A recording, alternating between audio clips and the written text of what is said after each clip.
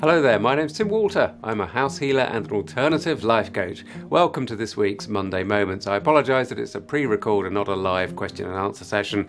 I'm actually down at the GP's having my eye, the sty in my eye, looked at because it's not going away, and you may have seen it developing with a big red eye over the last few months. So, what we're looking at today in Monday Moments is the question that I've come across recently, which is, why, when I douse, does it make me feel sick?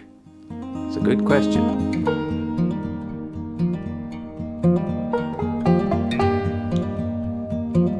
Before we look at why does dowsing sometimes make us feel a little bit nauseous, just a little reminder, click on the subscribe button, press the grey bell icon to get notified every time we do an upload. I'm trying to aim for 2 times a week. If you're interested in using your intuition more so that you can delve into the subtle aspects, what science actually refers to as subtle energy, it's also the subjective experience of our reality that we're looking at. We're looking at things like earth energy, and we use dowsing to examine what these flows of earth energy mean and how they react to the ways we think.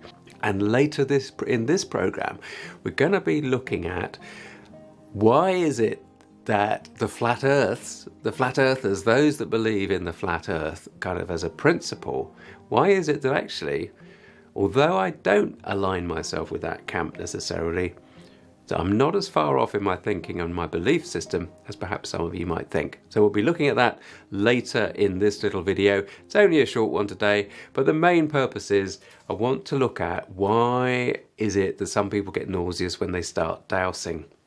Now, right in line with looking at these things from a grounded perspective, the first point is that sometimes, and there's nothing metaphysical about this, sometimes our physiology, the blood sugars that we have in our bodies, they can plummet, they can tumble off into what is known as hypoglycemia. Now, hypoglycemia is actually the opposite state of being to somebody that is diabetic. So it's when the blood sugars plummet right down, and you can, as a result, feel immediately quite nauseous. And you quite often feel kind of a little bit shaky, and you can go very, very cold. And this is literally just due to the blood sugars just plummeting. Now, what can happen is that as you focus in on your dowsing, you go into this sort of adjusted state. You use quite a lot of energy in concentrating, and that's just enough to tip you over the edge. And you end up in this kind of temporary hypoglycemic state. The kind of real indicator on that for you will be if basically you have a simple plain biscuit, for example, to eat, and you immediately feel better. Anything that just knocks those blood sugar levels back up to where they should be, brings it into stability, that'll tell you whether actually your nausea after dowsing is as a result of low blood sugar. Right, so that's one issue. That's a very non-woo-woo thing that can happen to you. The second thing is, if you're dowsing for the first time at a sacred site, so let's say a sacred site of standing stones. Now, this is a little bit more unusual. What can happen is that you can be affected by what we believe to be subsonic sound coming up from the earth. Now, there is some evidence that subsonic sounds do emanate from the earth. It's a natural process where the earth movements resonate and get those frequencies going, and they are going to be subsonic. In other words, they're below our threshold of hearing, and they're very low sound. Now, what we know about subsonic sounds is that actually some of those vibrations can hit you in the gut. Indeed, in the Cold War, the military developed subsonic weapons. Now, what we're dealing with, of course, in this instance is not subsonic weaponry. We're talking about natural earth emanations. But if you walk into a stone circle, you open up so that your awareness, your being, your physiology is on high alert, looking for these sensitive little things, signals. You're more likely to get hit in the stomach if you're going to be sensitive to one of the vibrations coming up from the earth. Okay, so that's another thing. That will subside, that feeling of nausea will subside as you move away from the stone circle where the emanations are more pronounced. Now, the third aspect around this feeling of nausea that you may get as you douse, as you first start dowsing, is more woo-woo, and it's more about maybe picking up a detrimental little mischievous imp, entity, whatever you want to call it. Some people get a bit freaked out when we start to use the word entity. It's nothing to be freaked out about. We all carry and pick up other people's detrimental aspects in our energy system. They're a little bit like going for a walk in the countryside and you pick up these little sticky buds. Energetically speaking, we do the same thing. Our aura will grab somebody else's detrimental aspect, and there it is. Now, these things can be free-floating, free-flowing. We can pick up somebody's leftover detrimental energy just by going anywhere, really, which is why the psychic protection exercise that I keep going on about is so useful to get into the habit of it, because we don't get affected by these detrimental energies if we are protected, if we go through life in a normal state of being, a normal state of awareness. We don't really allow them in. The chakras don't open up and kind of look for the subtle aspects that we're actually looking for when we start to douse at a sacred site. Don't forget that dowsing, although there's a very logical and practical explanation as to how it works, it is working with the subtle energies at one extreme of our awareness. It's working on the intuitive aspects that are our spiritual selves. It's close to our spiritual selves in this physical dimension, along with channeling and mediumship and all this sort of thing. It's right up that end of the scale rather than just being objective and logical, right? So as you open up and you douse, you're opening up these chakra points, you're collecting information, and some of that information that comes in to start with, if you're new to it all, can be a little bit off-putting. But don't worry, it's not anything that you're going to get kiboshed with, it's not anything that you're going to get saddled with for a long time. It can be removed, and in fact doing the chakra protection exercise after you feel a little bit nauseous is going to help you shift any of the detrimental energies that you may have picked up away from your being, because it's a cleansing process as well, right? But it's always better to do it before you do the dowsing. Get into the habit of it so that as you develop, you're actually ready and prepared. You've got the foundations in place, okay? I still say that dowsing is, and I maintain this, and I always will maintain this, dowsing is the safest possible way of accessing any of this kind of energy, because you're not allowing that stuff deeper into your energy system, okay? It's a very periphery state of being. Okay, so I feel as though I've kind of rushed through that a little bit, but just to recap, if you do find yourself feeling a little bit sick as a really novice dowser, check your blood sugars, have a think about that, maybe have a little biscuit, just to see whether it is a hypoglycemic state, a low blood sugar state. Just be aware that if you're dowsing for the first time in a sacred site, you may well feel a little bit sick. And that could be due to the subsonic sound emanations of the earth. Okay, that's not unusual, especially at a place somewhere as big as, say, Avebury, for example. That's a classic for that. And thirdly, just do the protection exercise to make sure that actually any feelings of nausea aren't due to an out of alignment energy wandering by getting stuck in your system. Okay, so there's 3 points to bear in mind there. If you feel a little bit nauseous, it's not a reason to stop dowsing. Obviously, we don't want anybody putting themselves through a process where they feel uncomfortable, so it's actually up to you to decide and determine whether it's any of those 3 aspects that's making you feel a bit queasy. Okay, so as always with all of these videos, although this isn't a live question and answer session, please do leave a comment, do leave a question, and I will get to them. Sometimes it does take me a little time to get back and to answer the questions. You can understand why. But I will always try to do it. And the other thing is that sometimes I do actually get completely lost in YouTube's comment system and I lose the comment. I'll click it to approve it because all comments are approved. But sometimes I just lose track of where the heck it went. So just bear with me if you can.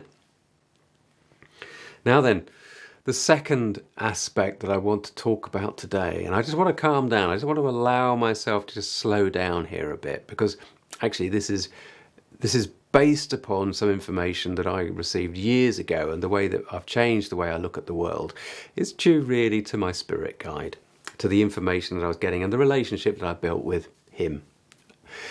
Him being Merlin, so a guide that I call Merthin, that being his Welsh name. So it's something we agreed on. If you look at some of the other videos, you'll see why. My initial introduction to the spirit world was through Jane, the female spirit in the house that we moved into some years ago. Now, Merlin was always talking about the world is not what it seems. The world is not what it seems. When I was practicing allowing him into my energy, for years, several years, I was working with him on that basis, and he would come in and I would recognize him, he's here now, and he would sign off with the phrase, the world is not what it seems.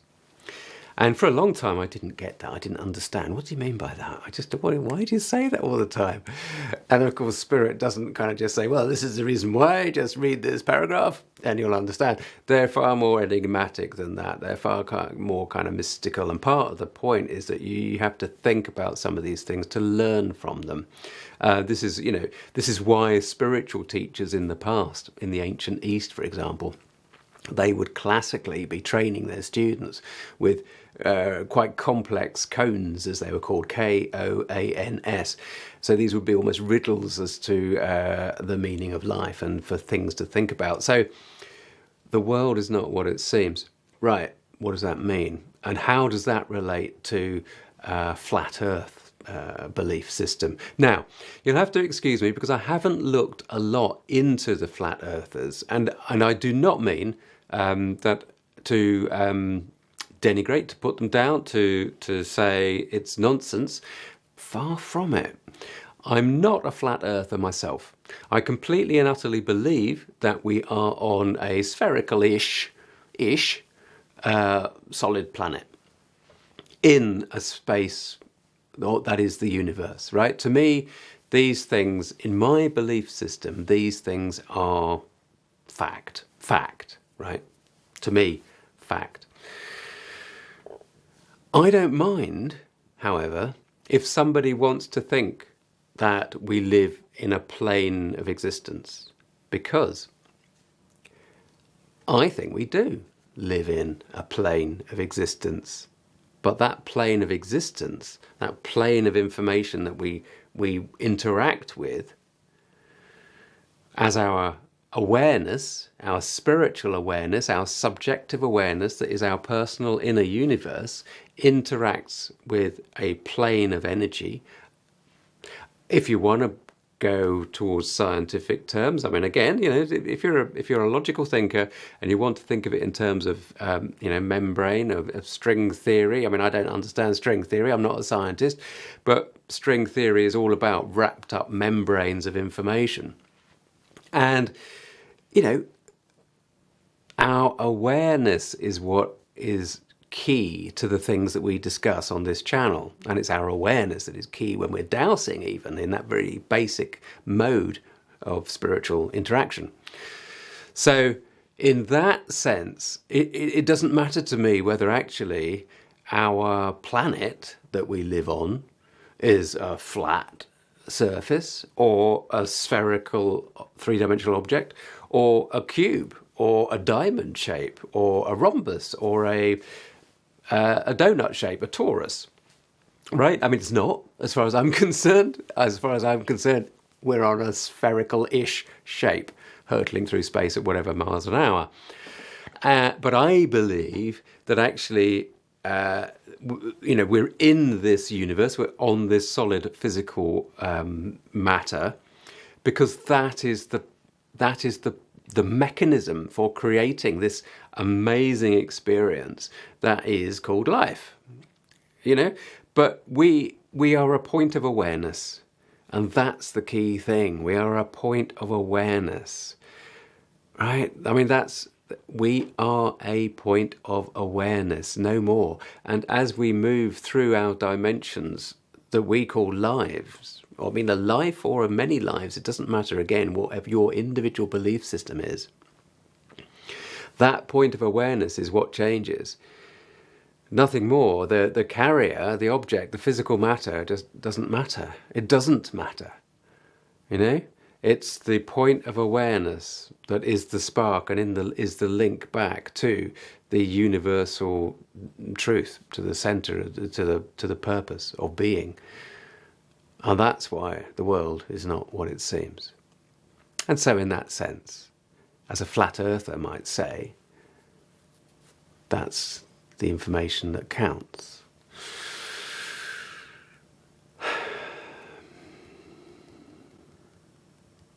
It's difficult for us, isn't it, as human beings, to acknowledge these quite mind-blowing differences sometimes. There is more to life than meets the eye. I think that's an example of the universe's humour. The truth of our existence is simply that the laws of physics that have been discovered are laws of physics. They will change over time because the awareness of what the laws of physics and what matter can do will change over time. So these are not laws set in stone. Even in periods of hundreds of years, awareness changes. And as the knowledge is seeped out into the populace, into the 7.5 billion souls that now live on the planet, that understanding, I'm not saying that 7.5 billion people understand quantum physics or the possibilities of life, but simply by a shift of a percentage of that number, reality shifts and changes. And so the laws of physics will shift and change. But it appears as though it is new discoveries, and therefore the new discoveries wipe out the old information, such as development, growth, change, new experience, awareness. Terrific, but not terrible. A vastly wonderful opportunity to experience change. Okay, so he wants to say more, but I don't know where he's going, and me wants to stop now. He'll be back in another video, and you know, the important thing is to be mindful of what you are experiencing moment to moment, not how you are experiencing it, but what you are experiencing and why does it link? What does it tell you? Why does it link to things that you have processed in the past? If it makes you feel nauseous, for example, what is causing the nausea within? What does it remind you of? If you can step aside from the nausea and think and feel and go into that space and examine and look at, was it something that happened when you were a tiny child that you felt nauseous from? Fear, shock, tremor, trauma. These things stick in the system and will be echoed, will be pulled out, will reoccur when we go into similar unexplained, inexplicable situations, circumstance, when the body goes, I don't understand what's going on. It reoccurs. Okay. Thank you very much. I'm sorry about today's lack of live stream, but do take care. Leave any comments and questions on this video, on other videos, and I will get back to you. But please do leave a comment, do leave a question, and do share these videos with your friends and groups. Okay, take care now. Bye bye.